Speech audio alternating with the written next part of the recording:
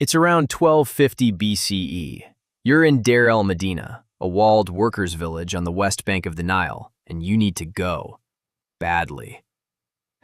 Here's the problem. There is no plumbing. There is no sewer.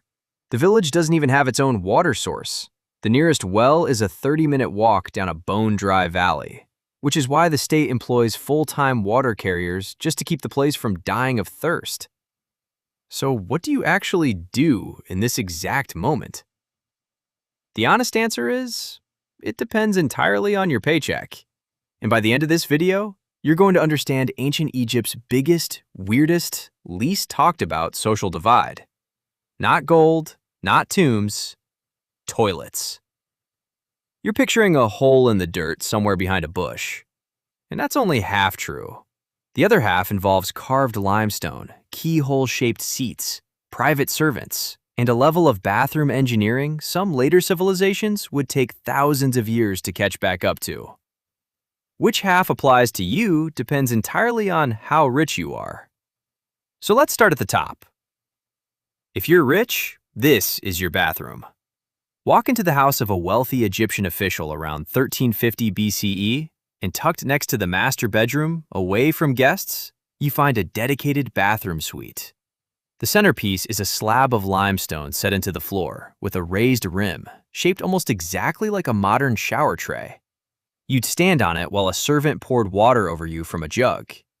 The slab was angled slightly, so runoff drained through a carved spout into a bowl sunk into the floor.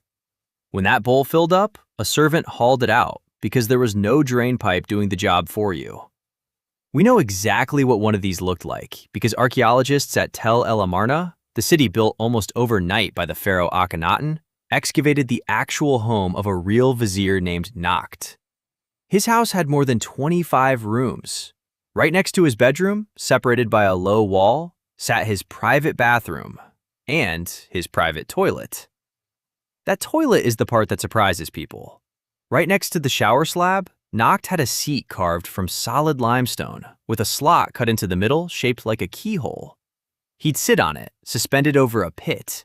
Down in that pit sat a large ceramic pot packed with dry sand. No water, no flush. The sand did the work. It soaked up moisture instantly and buried the smell, functioning basically like a modern composting toilet a few thousand years early. When the pot filled, a servant swapped it for a fresh one.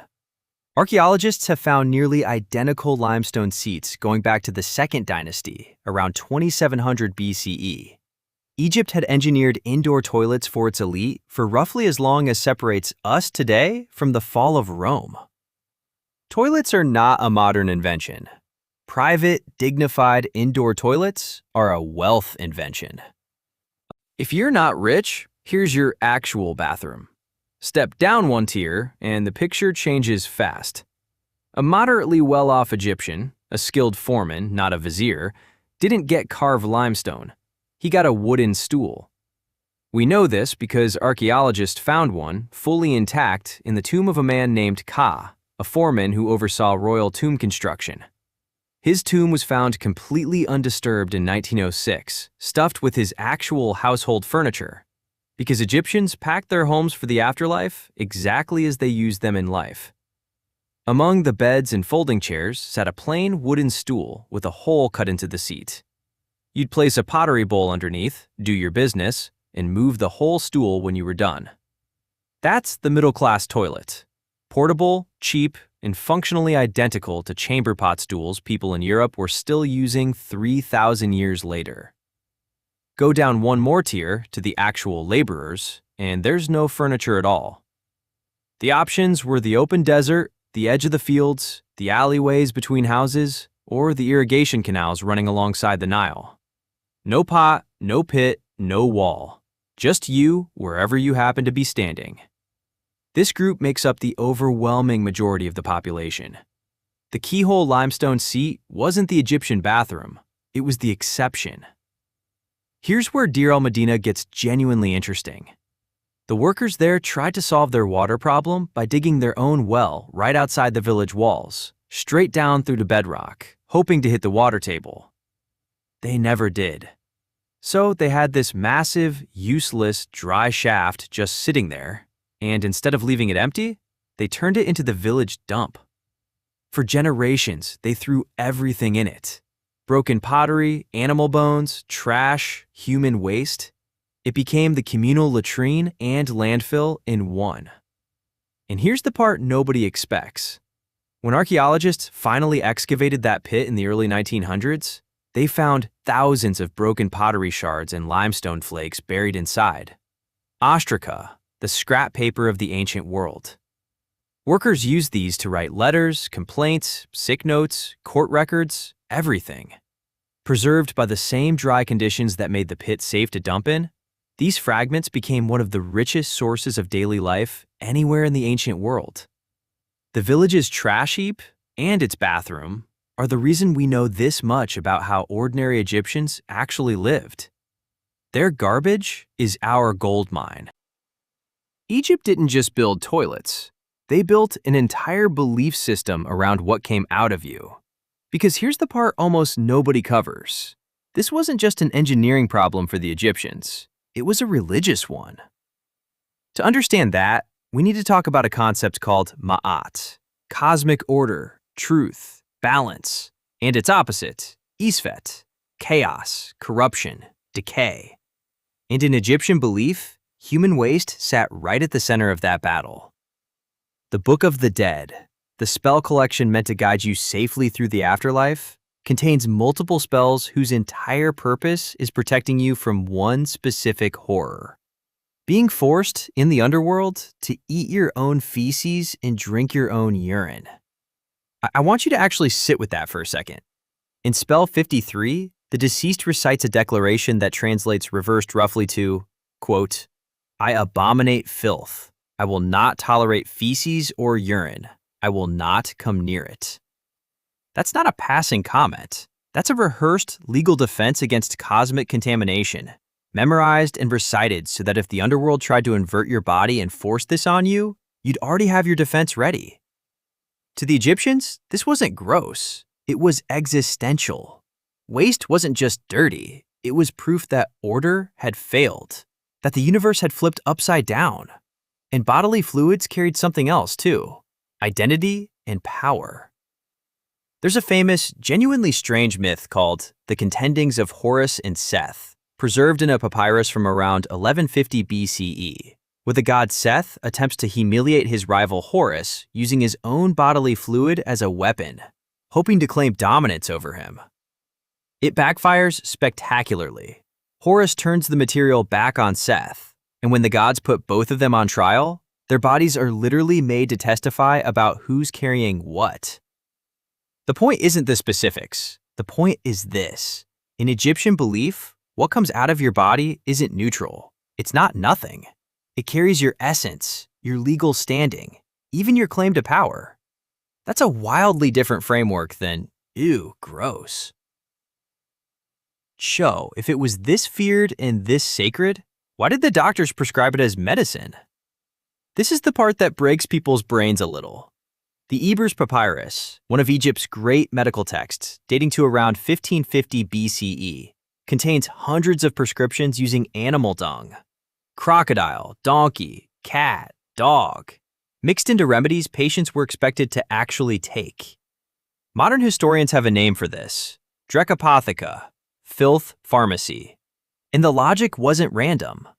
Egyptian medicine believed a lot of internal disease came from evil spirits or demons lodged inside the body. And what better way to evict an unwanted guest than making the house as disgusting as possible? The medicine worked, in their minds, precisely because it was repulsive. That was the whole mechanism. And sometimes, it actually worked for entirely different reasons than they thought. The Kahun Papyrus, from around 1825 BCE, describes a contraceptive method using crocodile dung mixed with honey and sour milk, inserted before intercourse. On paper, that sounds like nonsense. But modern chemists have pointed out that crocodile dung is highly alkaline, and mixed with the lactic acid in sour milk, it creates an environment actively hostile to sperm. They built a functioning, if extremely unpleasant, spermicide, 3,500 years before anyone understood what sperm even was. And it goes further. Remember that pregnancy test? The one where a woman urinated on barley and wheat seeds, and whichever sprouted first supposedly predicted the baby's sex? The sex prediction part is nonsense, complete coin flip. But in 1963, researchers actually tested the underlying idea and found that urine from pregnant women made those seeds sprout significantly more often than urine from anyone else. Because pregnancy hormones are genuine plant growth stimulants. The Egyptians had no concept of hormones. They just ran the same experiment enough times, generation after generation, and noticed the pattern held. That's not superstition. That's data. This convenience came at a brutal biological cost. For the laborer squatting near the canal, that canal wasn't just a toilet. It was also where drinking water came from, where laundry got washed, where people bathed. It was one closed loop, and waste constantly re-entered it. The wealthy could dodge this with private wells and servants hauling clean water. The laborers couldn't. They were drinking from, bathing in, and eliminating into the exact same water for their entire lives. The consequence shows up directly in the bodies. A parasitic disease called schistosomiasis, spread by freshwater snails living in exactly this kind of contaminated canal water, was rampant in ancient Egypt. The parasite's larvae burrow straight through the skin of anyone wading into infected water. Calcified parasite eggs have been found repeatedly in the kidneys of Egyptian mummies, first documented back in 1910. And the disease shows up so often in the medical record that some Egyptian doctors likely treated its symptoms as simply routine. This wasn't a rare tragedy. It was a normal, expected part of laboring life in the Nile Valley. And here's the cruel irony sitting underneath all of it. The Greek historian Herodotus visited Egypt centuries later, and he was borderline obsessed with how clean the Egyptians were. He wrote that they bathed twice a day and twice a night, that they wore fresh linen constantly, that they purged their bodies with laxatives for 3 straight days every month because they believed disease came from what you ate. He called them, roughly translated, the healthiest people on earth. And the entire time, the water they were using to achieve all of that obsessive cleanliness was the same water quietly reinfecting them with parasites. Their purity ritual was also their disease vector. They never made the connection. They couldn't have.